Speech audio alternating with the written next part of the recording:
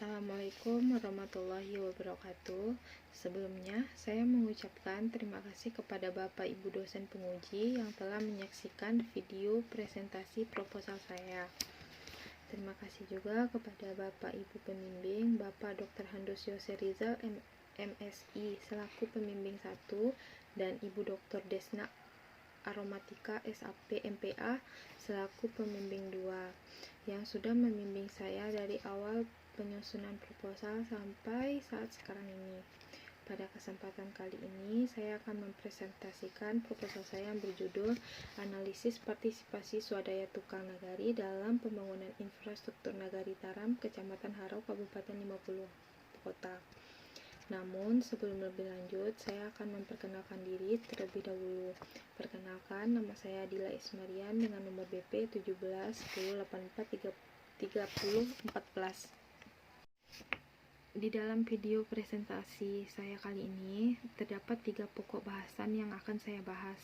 Yang pertama, pembahasan pada bab 1, yaitu latar belakang, rumusan masalah, tujuan, manfaat penelitian. Yang kedua, di bab 2, yaitu penelitian terlebih dahulu, teori dan konsep, tahap partisipasi, skema pemikiran. Yang ketiga, bab 3, metode penelitian, teknik pengumpulan data, teknik pemilihan informan, peranan penelitian, unit analisis, dan teknik keabsahan data. Saya dalam menulis penelitian ini dilatar belakangi oleh beberapa hal. Yang pertama, berawal dari Undang-Undang Nomor 6 Tahun 2014 tentang Desa Pasal 18 menyebutkan bahwa kewenangan desa meliputi kewenangan di bidang penyelenggaraan pemerintahan desa, pelaksanaan pembangunan desa, pembinaan kemasyarakatan desa, dan pemberdayaan masyarakat desa berdasarkan prakarsa masyarakat, hak asal-usul dan adat istiadat. Yang kedua, pembangunan nasional dan daerah merupakan bagian yang tidak dapat dipisahkan dari kegiatan pembangunan desa. Perencanaan pembangunan desa selama ini bersifat top-down dibandingkan bottom-up, sehingga telah menjadikan masyarakat desa hanya sebagai objek pembangunan semata, bukan sebagai subjek pembangunan. Yang ketiga, pemberdayaan masyarakat pada dasarnya adalah suatu proses pertumbuhan dan perkembangan kekuatan masyarakat untuk ikut terlibat dalam berbagai aspek pembangunan di suatu wilayah. Dengan adanya pemberdayaan bisa melepaskan masyarakat dari keterbelakangan dan kemiskinan, sehingga masyarakat mampu bersaing di dunia luar. Pemberdayaan masyarakat akan mempengaruhi pembangunan desa. Yang keempat, sejauh ini partisipasi masyarakat terbatas pada keikutsertaan pelaksanaan program-program atau kegiatan pemerintah. Padahal partisipasi masyarakat tidak hanya diperlukan pada saat pelaksanaan, tetapi juga dari tahap perencanaan sampai pengambilan keputusan. Yang kelima, Nagari Taram memiliki inovasi di bidang pemerintahan yang menggunakan jasa tenaga dari masyarakat nagari dalam pembangunan infrastruktur yang bermuara kepada memanfaatkan partisipasi masyarakat dalam bentuk jasa. Program ini disebut dengan Estuna, Swadaya Tukang Nagari. Program ini merupakan inovasi dalam meningkatkan dan mengajak masyarakat berpartisipasi dalam pembangunan nagari, terutama dalam hal pembangunan infrastruktur jika terjadi bencana alam. Program Swadaya Tukang Nagari ini pertama kali dikumpulkan oleh Wali Nagari Taram karena melihat banyaknya potensi tukang di Nagari Taram, sehingga diberdayakan pembentukan Persatuan Tukang Nagari dan juga dilegalkan melalui SK Wali Nagari Taram. Untuk pelaksanaan pembangunan infrastruktur nagari dilakukan secara bertahap setiap jorong, dan setiap jorong memiliki jadwal masing-masing pembangunan. Yang menjadi anggota dalam struktur Estuna adalah seluruh masyarakat di setiap jorongnya yang berprofesi sebagai tukang. Inovasi ini diprakarsai oleh Wali Nagari Taram melalui pertimbangan potensi masyarakat. Selanjutnya, Nagari Taram menjadi nagari terbaik perwakilan Sumatera Barat untuk maju tingkat nasional, mengalahkan Nagari Cubadak Kabupaten Tanah Datar, Nagari Sikabu Kabupaten Pariaman, dan Nagari Ampiang Para Kabupaten Pesisir Selatan. Kepala Dinas Pemberdayaan Masyarakat Desa menyatakan bahwa selama ini pemerintah Nagari Taram sukses menciptakan beberapa inovasi dan menggali potensi serta menciptakan produk unggulan. Salah satu inovasi unggulannya yaitu Swadaya Tukang Nagari, di mana dalam kegiatan pembangunan dilibatkan kelompok tukang nagari sesuai SK Wali Nagari nomor 32 tahun 2018.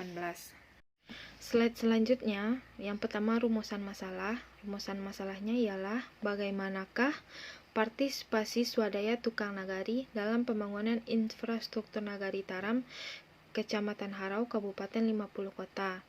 Yang kedua, tujuan penelitian. Tujuan penelitiannya ialah untuk menganalisis partisipasi masyarakat dalam pembangunan infrastruktur Nagari Taram, Kecamatan Harau, Kabupaten 50 Kota. Yang ketiga, manfaat penelitian. Yang pertama, manfaat teoritis untuk menambah pengetahuan penulis tentang partisipasi masyarakat dalam pembangunan nagari. Yang kedua, manfaat praktis sebagai informasi atau bahan masukan bagi pihak terkait secara langsung. Selanjutnya yaitu studi penelitian relevan. Beberapa penelitian yang relevan dengan peneliti lakukan adalah yang pertama, Arianto pada tahun 2011 tentang partisipasi masyarakat dalam perencanaan pembangunan Pulau Dogom, Kecamatan Kualuh Hulu, Kabupaten Labuhan Batu Utara. Yang kedua yaitu Latif et al. 2019. Partisipasi masyarakat dalam pembangunan infrastruktur desa Tumereng, Panua, Kecamatan Panjarijang, Kabupaten Sidengreng, Rapang. Yang ketiga yaitu Hendrik pada tahun 2013, partisipasi masyarakat dalam pembangunan di Kelurahan Sungai Keledang, Kecamatan Samarinda, seberang kota Samarinda. Yang keempat, Megawati pada tahun 2018. Penelitian ini yang dilakukan dalam bentuk disertasi di Universitas Pajajaran dengan judul Partisipasi Masyarakat dalam Pembangunan Studi Kelurahan di Kota Media, Jakarta Selatan. Slide selanjutnya, saya akan bahas tentang teori dan konsep. Yang pertama, partisipasi masyarakat. Partisipasi masyarakat dalam pembangunan diartikan sebagai keikutsertaan masyarakat dalam pembangunan, baik itu dalam kegiatan-kegiatan pembangunan serta ikut dalam pemanfaatan dan menikmati hasil-hasil pembangunan itu sendiri. Yang kedua, pembangunan nagari. Pembangunan kawasan perdesaan dilaksanakan dalam upaya mempercepat dan meningkatkan kualitas pelayanan, pembangunan, dan pemberdayaan masyarakat desa atau di kawasan perdesaan. Yang ketiga, tahap partisipasi masyarakat. Tahap partisipasi masyarakat yang dilihat dari 4 tahap yang dikemukakan oleh Joseph Rieu, yaitu 4 tahap partisipasi. Yang pertama, pengambilan keputusan. Yang kedua, tahap pelaksanaan. Yang ketiga, tahap penerimaan manfaat. Dan yang keempat, tahap evaluasi. 4 tahap partisipasi menurut Joseph Rieu. Yang pertama, partisipasi dalam pengambilan keputusan. Setiap proses penyelenggaraan, terutama dalam kehidupan bersama masyarakat, pasti melewati tahap penentuan kebijaksanaan. Partisipasi masyarakat pada tahap ini sangat mendasar sekali, terutama karena yang diambil menyangkut nasib mereka secara keseluruhan untuk kepentingan bersama. Partisipasi dalam pengambilan keputusan ini bermacam-macam, seperti kehadiran rapat, diskusi, sumbangan pemikiran, tanggapan, atau penolakan terhadap program yang ditawarkan. Yang kedua, partisipasi dalam pelaksanaan. Partisipasi masyarakat dalam pelaksanaan program merupakan lanjutan dari rencana yang telah disepakati sebelumnya.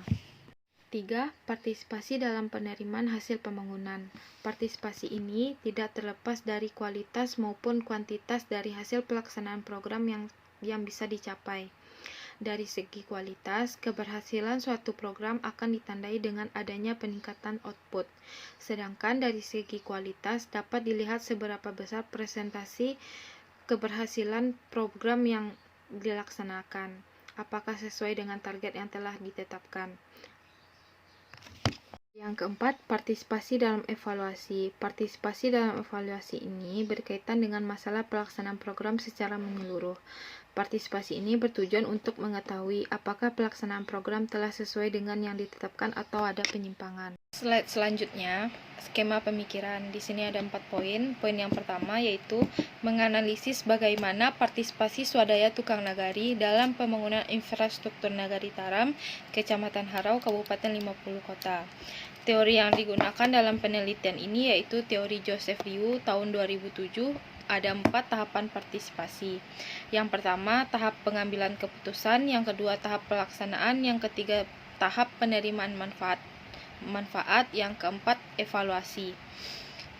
Sehingga dapat menganalisis bagaimana partisipasi swadaya tukang nagari dalam pembangunan infrastruktur Nagari Taram, Kecamatan Harau, Kabupaten 50 Kota, sehingga dapat menjadikan Nagari Taram nagari yang berprestasi.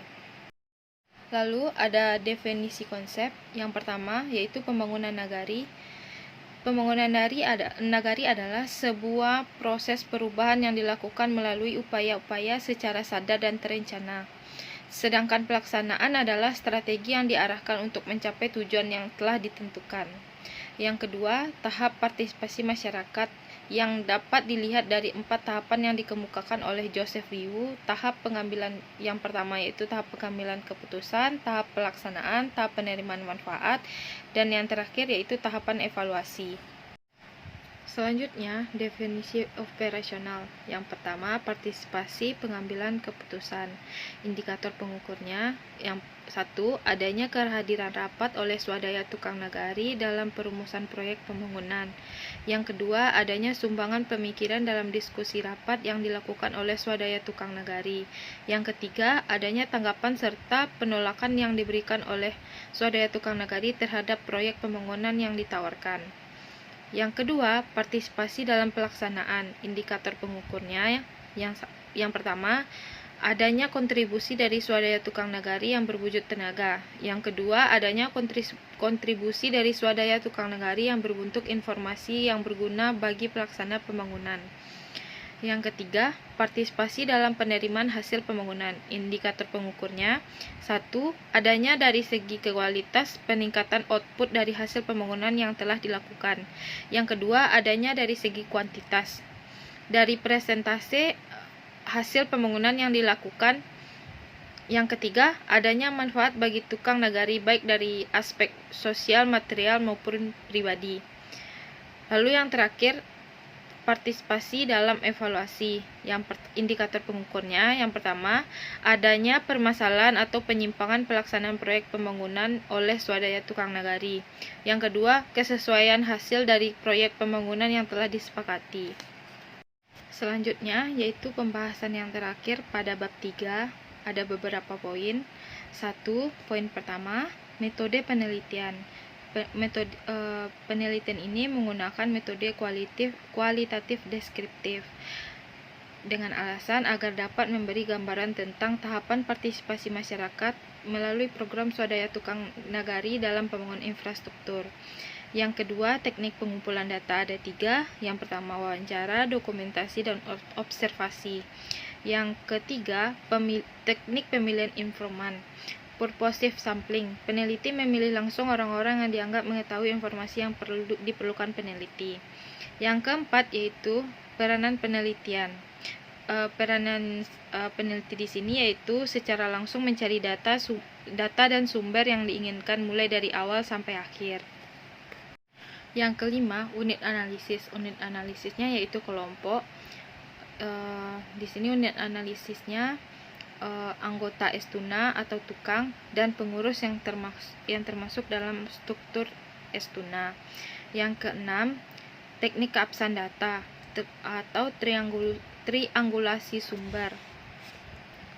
Yang termasuk dalam triangulasi sumber yaitu Wali Nagari, Bamus, KAN, Kasih Pembangunan Masyarakat, dan LPM.